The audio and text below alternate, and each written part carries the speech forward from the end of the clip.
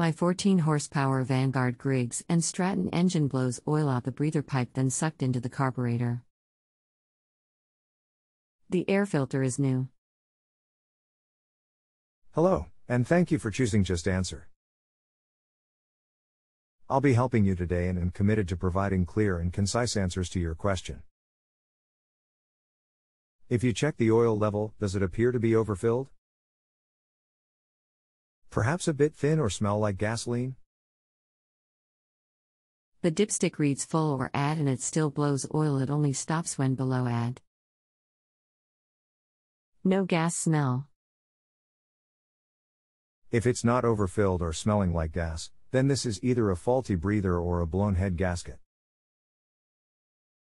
First, please check the rectangular breather on the side of the engine to be sure the reed is working properly and sealing well.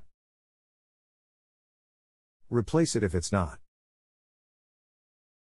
Otherwise, this is usually a blown head gasket leaking between the cylinder and pushrod galley. The leaking gasket will pressurize the crankcase and force oil up the breather. Let's hope it's the breather. Neither are expensive repairs if you do it yourself, but the head gasket is a bit more work. In case you need to replace it, the torque value is 220 inches. Pound. Taken down in 2 steps in a crisscross pattern. Parts are available from your local Briggs dealer or online. If you need assistance identifying the parts, please let me know the type and code number off the engine following the 28P777 please. Hope this helps. Keep me posted, please. Is the breather also a fuel pump? If not, where is it on the engine?